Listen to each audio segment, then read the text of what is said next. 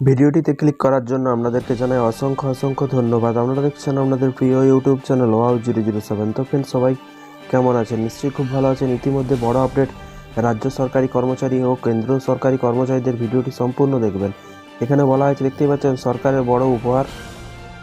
অষ্টম বেতন কমিশন থেকে কর্মচারীরা কিন্তু এই সুবিধা পাবে বলে কিন্তু মনে করা হচ্ছে। অষ্টম বেতন কমিশন, দেখুন এখানে বলা হয়েছে, বেতন কমিশন সরকারি কর্মচারীদের বেতন ও পেনশনের উন্নতির জন্য দায়বদ্ধ।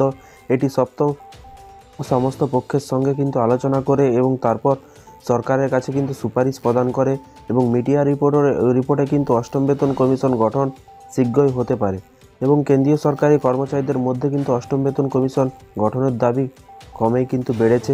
এরই পাশাপাশি বলা হয়েছে সপ্তম বেতন কমিশন প্রায় 9 বছর আগে কার্যকর হয়েছিল। 2014 সালে ফেব্রুয়ারিতে এই গঠন প্রক্রিয়া শুরু হয়েছিল এবং এরই পাশাপাশি 2016 সালে জানুয়ারিতে এই সুপারিশ কার্যকর হয়।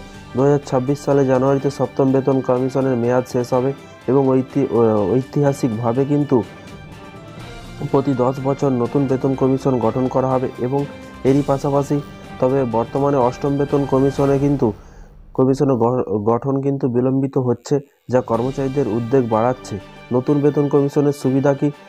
বেতন কমিশন, দেখুন এখানে বলা হয়েছে, বেতন কমিশন সরকারি কর্মচারীদের বেতন ও পেনশনের উন্নতির জন্য দায়বদ্ধ।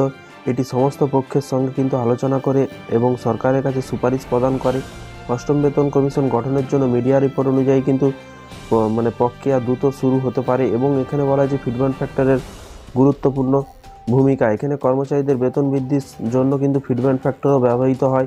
সপ্তম বেতন কমিশন এবং 2.57 নির্ধারিত হয়েছিল, যার ফলে কিন্তু সর্বনিম্ন বেতন 7,000 টাকা থেকে বেড়ে 18,000 টাকা হয়েছে। অষ্টম বেতন কমিশনের ফিডব্যাক ফ্যাক্টর 2.86 নির্ধারণের সম্ভাবনা রয়েছে, যার মাধ্যমে সর্বনিম্ন বেতন কিন্তু 18,000 টাকা থেকে বেড়ে 51,480 টাকা এবং পেনশন 9,000 টাকা থেকে বেড়ে কিন্তু 25,740 টাকা হতে পারে।